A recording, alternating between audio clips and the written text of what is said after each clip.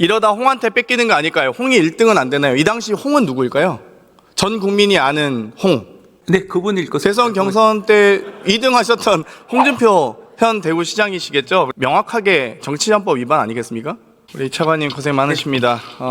이번에 창원지검에서 수사 결과 관련된 명태균과 김건희 윤석열과 관련된 내용 잘 아시고 계신가요? 뭐 구체적 수사 결과에 대해서 잘 모르신다고 하시겠죠? 예, 그 부분은 제가 실무자 통해서 다시 확인해 봤는데 그래서 조금 제가 몇 가지 판넬을 준비했습니다. 네네. 피켓을 좀 갖고 왔는데요. 보시면 내일 공표될 여론조사 조사 자료입니다. 보안 유지 부탁드립니다. 냅 충성.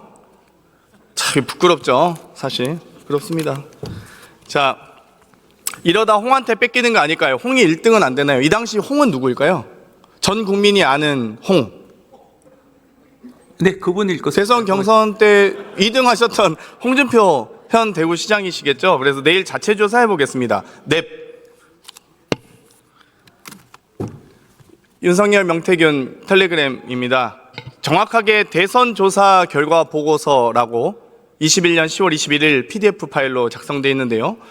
이 내용을 보면 국민의힘 당내 경선 책임당원 안심번호 5044명의 여론조사 결과 자료입니다. 이렇게 이야기가 나오는데 비공표 여론조사에 대해서 특정 후보에게 제공한다면 명확하게 정치자금법 위반 아니겠습니까? 저도 정당 실무를 많이 봐서 이렇게 미공표 여론조사 제공받으면 무조건 이거 불법인 건 알고 있거든요. 네, 법률 위반 소지는 있습니다. 알죠. 근데 여기서 전 보면서 또 의구심이 드는 게 책임당원 안심번호 5044명 이 명단은 누구한테 받았을까요? 명태균은 이거 조사하셔야 되지 않겠습니까? 네, 수사를 해야 될 거. 당원 명단은 매우 정당에서 엄격하게 관리합니다. 개인정보 위반 소지뿐만 아니라 아주 소수가 아니면 회람할 수 없거든요. 근데 명태균 씨에게 이렇게 카톡까지 갔다는 건 저는 좀 의구심이 들고요. 이 법사위 국정감사 과정에서도 창원지검의 여러 가지 봐주기 수사 의혹에 대해서 이야기가 많았습니다. 이 국가선관위가 2023년 12월에 고발했고 2014년 5월에 강혜경 씨가 고발하고 나서도 이 창원지검 이 검사 한 명도 없는 수사과에 배당했다가 부랴부랴 언론 보도가 날 뻔하니까 결국 이 형사부 배당하고 1월과 9월에 명태균 씨가 2번 핸드폰 다 교체하지 않습니까? 그 핸드폰 2번 교체한 거 핸드폰 최소 3개 이상 다 확보하셨나요? 그 일부는 확인한 것으로 알고 있습니다. 일부 확인했고요. 하드디스크도 확인하셨나요? 하드디스크 확보했다는 보도는 있었는데 구체적인 내용은 한번 확인해 보도록 그 하겠습니다. 하드디스크 꼭 확인하셨으면 좋겠습니다. 아버님 무덤에 있다고 하니까요. 꼭 확인하셨으면 좋겠고요. 창원지검 수사보고서 24년 11월 4일 날 작성된 것으로 보입니다. 예. 그러면 저희가 국감 끝나고 아마 10월 말쯤 아마 이 보고서 하는 것으로 알고 있었는데 조금 늦어지긴 했지만 이 부분은 지금 차관께서는 보고 받으셨나요? 수사 보고서? 예, 아까도 다른 위원님께서 질문하신 것 관련돼서 종합해서 말씀드리면 저도 이제 그 뉴스타파에 나온 거는 오늘 아침에 처음 보고를 받았고 그 전에는 알지 못했습니다. 근데 제가 그 내용을 확인해 보니까 기본적으로 그게 이제 재판 기록에 있는 거라고 합니다. 그래서 기본적으로 창원팀에서는 어차피 공개되는 걸 전제로 수사 기록에 편찬했고 증거를 제출한 부분입니다. 그래서 그 부분에 대해서는 한치 의혹이 없이 수사할 것으로 알고 있고 아까도 다른 위원님께서 그 부분을 사전에 보고 받으셨냐라는 부분에 대해서는 제가 답변 취지를 약간 정확히 말씀드리면 그 문건 자체를 보고 받은 적은 없습니다. 다만 창원에서는 명태균과 관련된 여러 가지 의혹들에 대해서 계속 보고를 하고 있기 때문에 개락적인 내용은 보고 받았다는 정도 말씀드릴 수 있고요. 이 내용에 대해서는 저도 사실 처음 오늘 왜 아마 이 수사 보고서는 심우정 총장이 먼저 보고받고 나서 법무부 장관이 보고받았겠죠? 이 수사 보고서 자체는 보고 받은 적은 없습니다. 수사 보고서 자체는 하지만 수사 내용에 대해서는 파악하신 적 있습니까? 요 구체적으로 파악되는 바는 없습니다. 다만 대통령실도 보고를 안 받았을까요? 보고 받았을 사항은 아니라고 봅니다. 왜냐하면 저희도 대통령과 관련된 수사 내용이자 기록인데 대통령 민정수석실에서 보고를 안 받았다고요? 기본적으로 지금 보여주신 수사 보고서 자체도 저도 오늘 아침에 저는 이 보고서 때문에 12월 3일 날 비상겸했다고 봅니다. 본인과 관련된 비리가 적나라하게 최소한 정치자금법 위반과 뇌물죄가 적용될 것으로 예상된 윤석열 씨가 비상겸할 수밖에 없다고 봐요. 다급하게 국회 본회의 하루 전날 그것도. 의원들이 다 지방 내려갔으면 어떨 뻔했는지 참 안타깝고요. 아마 이런 수사 결과 과정을 법무부 장관이 제대로 제재하지 못했기 때문에 이상민 행안부 장관은 왜 탄핵소추안이 발의되자마자 사임서를 수리하고 법무부 장관은 너 헌재 가서 이겼다 와 이렇게 대통령께서 하셨을까요? 잘 모르시겠죠. 그 부분은 개인적으로 판단하신 부분인 것 같습니다. 네, 들어가셔도 좋습니다. 김선호 차관님 나오세요.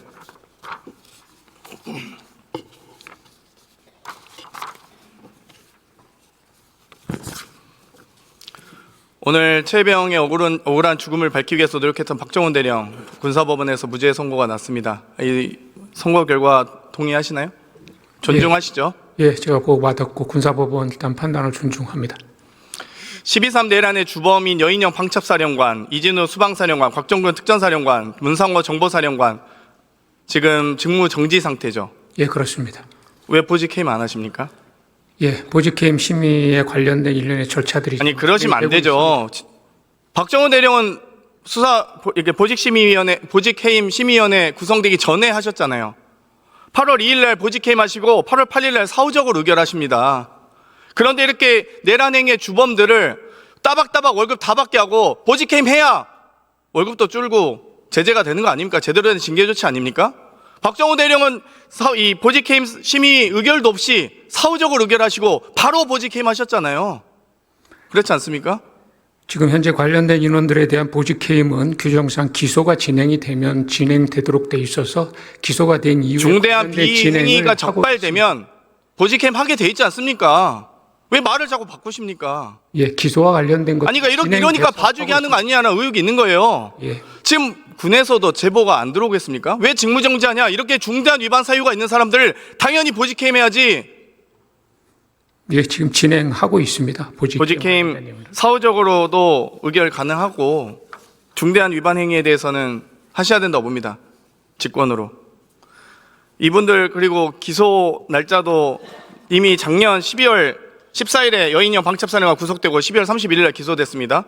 징계 번호 부여했습니까? 예, 지금 현재 관련된 징계 접수했고 관련된 수사 진행 관련 그러니까 징계 번호까지 다 예. 원래 기소 전에도 징계 번호 부여합니다. 근데 왜 이 사령관들에 대해서는 보직해임도 안 시키고 징계 번호도 부여 안 합니까? 기소된 직후도 안 했습니다. 제가 확인해 본 결과 기소되면 즉시 하든지 기소되기 전에도 징계 번호 부여해서 심의하지 않습니까? 근데 왜 안 하십니까? 그러니까 봐주기라는 얘기를 자꾸 듣는 겁니다. 어떻게 답변하십시오?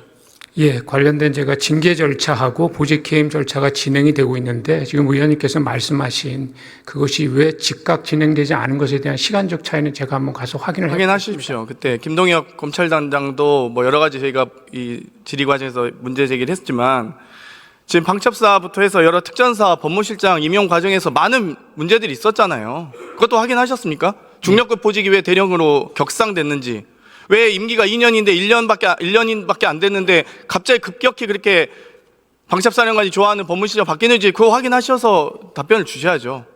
왜 안 주십니까? 예, 제가 확인해서 답변 드리겠습니다. 이 징계 번호도 확인해서 답변 주시기 바랍니다. 예, 그렇게 하겠습니다. 돌아가셔도 좋습니다. 여러분들은 지금까지 이런 이슈들을 보게 되면 어떤 생각이 드셨나요? 제가 항상 여러분들께 뉴스만 평소에 잘 챙겨보셔도 돈이 된다, 돈을 벌 수 있다고 말씀을 드렸는데요. 그 이유는 제가 지난 5월 초에 여러분들께 뭐라고 말씀을 드렸죠? 지금은 정부가 주목하고 있는 K푸드에 관심을 가져야 한다. 뉴스만 보고 끝내지 마시고 투자 쪽으로 한번 생각해 보셔야 한다 라고 말씀을 드렸습니다. 그리고 나서 이런 썸네일들을 뉴스를 통해서 많이 보셨을 텐데요. 이렇게 정부가 정책으로 밀어주는 산업이 이슈가 됐을 때 정보에 민감한 부자들은 어떻게 생각할까요? K푸드 관련주는 뭐가 있는지, 어떤 종목이 나에게 돈을 벌어다 줄 수 있는지를 생각한다고 말씀을 드렸죠? 그 이유가 뭐냐 하면 부자들이 봤을 때는 이슈가 곧 돈으로 이어지고 이런 이슈들이 돈을 벌어준다는 경험적 확신이 있기 때문에 부자들은 항상 이런 사회적 이슈들을 관심 있게 챙겨본다고 말씀을 드렸습니다. 실제로 제가 지난번에 시청자분들과 함께하는 주식으로 수익 내기 이벤트를 진행했었는데요. 당연히 100% 무료로 진행했고 여기 보시면 저한테 구독이라고 문자 남겨주신 모든 시청자분들께 이렇게 K푸드 관련주 중에 가장 급등할 확률이 높은 한성기업 딱 한 종목을 여러분들에게 추천을 드렸어요. 그러면서 여기 나와 있는 대로 정확하게 얼마에 사야 하는지, 그리고 어느 정도 올랐을 때 팔아야 하는지 이런 부분들까지 자세하게 알려드렸었는데 결과가 어떻게 되었죠?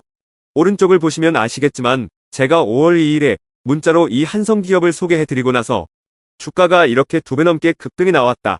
그래서 당시에도 굉장히 많은 분들이 제가 드린 한성기업으로 수익을 내셨을 텐데요. 다시 한번 축하드린다고 말씀을 드리고 이번에도 마찬가지입니다. 최근에 정부가 집중적으로 밀고 있는 산업이 해외 건설 시장이고 그 중에서도 K신도시에 대한 관심도가 계속해서 높아지고 있기 때문에 관련 종목들이 부각받을 수밖에 없다. 그 중에서도 정부가 가장 핵심적으로 밀어줄 것으로 예상되는 K신도시 대장주 한 종목에 돈이 몰릴 것이다. 당연히 우리가 이쪽으로 생각해야 한다는 겁니다. 그래서 이번에도 지난번과 똑같이 저에게 신청이라고 문자 보내주시면 정부가 강력하게 추진할 것으로 예상되는 K신도시 정책주 중에 앞으로 대장주 역할을 하면서 주가가 가장 크게 급등할 한 종목을 구독자분들에게 문자로 종목명과 사고 파는 시점을 모두 알려드리겠습니다. 그래서 여러분들이 주식으로 돈 버는 연습을 한번 해보시라 이렇게 말씀을 드리고 지금 이 영상을 보시는 시청자분들 중에 나도 이번 종목이 궁금하다 하시는 분들은 누구나 상관없이 그리고 어느 시간대나 상관없이 부담없이 이렇게 상단에 제 번호를 항상 남겨놓고 있습니다. 제 번호 010-4406-8870번으로 저에게 지난번처럼 신청이라고 문자 보내주시면 제가 이번에도 똑같이 무료 추천 급등주 문자를 보내드리겠습니다. 이해되시죠? 그래서 제 번호 010-4406-8870번으로 신청이라고 문자 보내주시면 여러분들이 직접 이슈를 통해서 돈 버는 연습을 해보실 수가 있는 거고 제가 돈을 받는 것도 아니고 투자를 대신해드리는 것도 아니기 때문에 부담없이 신청해주시면 되는 겁니다. 그리고 수익이 나면 저는 다른 것은 바라지 않습니다. 제 채널에 구독, 좋아요 한 번씩만 눌러주시면 감사하겠습니다.